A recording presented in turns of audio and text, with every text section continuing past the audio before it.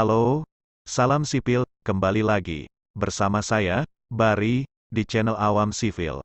Kali ini, saya akan membahas terkait mencari resultan gaya lagi. Namun, ulasan kali ini akan dibahas secara analitis saja. Kenapa? Karena pada ulasan bagian 2 sudah dibahas mengenai cara grafis dalam mencari resultan gaya. Oke, langsung saja bahasan mengenai cara analitis. Masuk dalam soal, pada layar ditunjukkan soal yang akan dibahas, di mana ada dua buah gaya yang tidak konkuren, dengan vektor gaya A adalah 80 derajat, dan vektor gaya B adalah 15 derajat.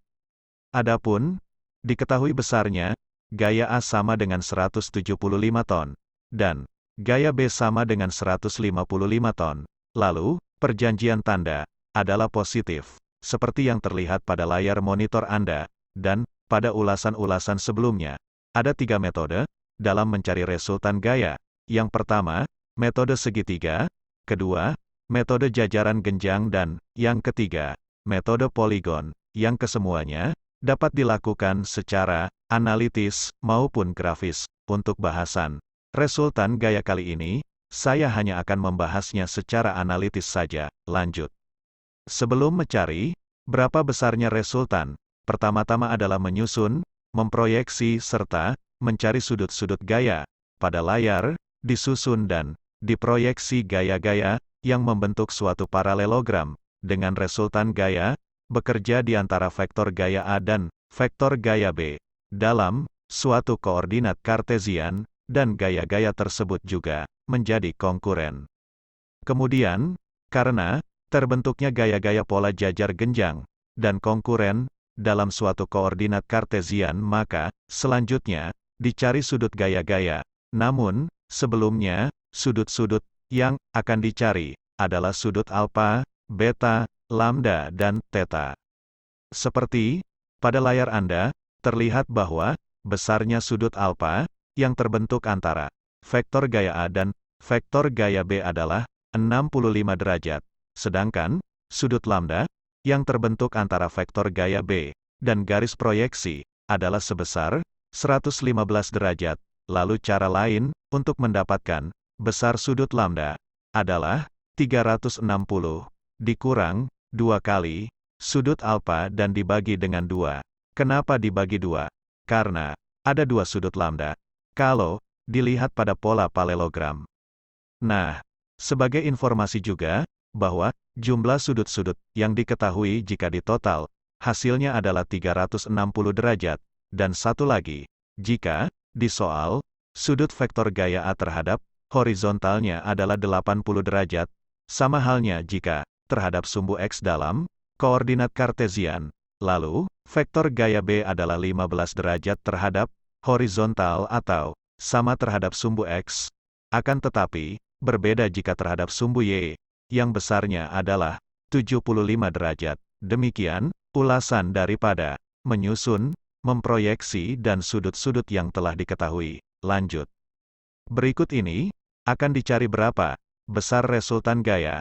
Namun, sebelumnya baru diketahui besar sudut alfa dan lambda, akan tetapi untuk sudut beta dan theta belum diketahui, yang mana masing-masing terhadap vektor gaya B atau sebaliknya, dan terhadap resultan gaya.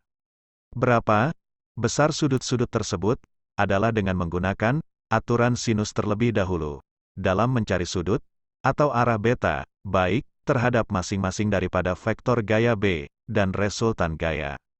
Lalu, berikut akan dicari besar resultan gaya, ditunjukkan pada layar monitor Anda bahwa dengan menggunakan aturan kosinus, maka resultan sama dengan akar dari vektor gaya A pangkat 2, tambah vektor gaya B pangkat 2, kurang 2, kali vektor gaya A, kali vektor gaya B, dan dikali cos 115 derajat, atau sudut lambda.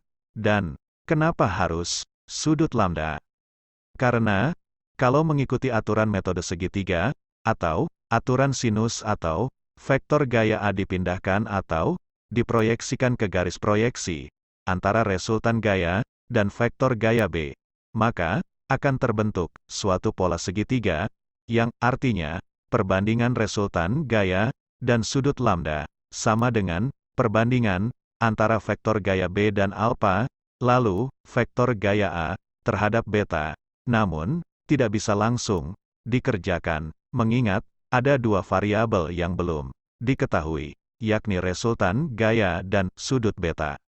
Dan hasil perhitungan menunjukkan bahwa besar resultan R adalah sebesar 278,53 ton. Setelah resultan gaya diketahui, maka kita akan mencari sudut atau arah resultan gaya dan sudut beta sebagai berikut.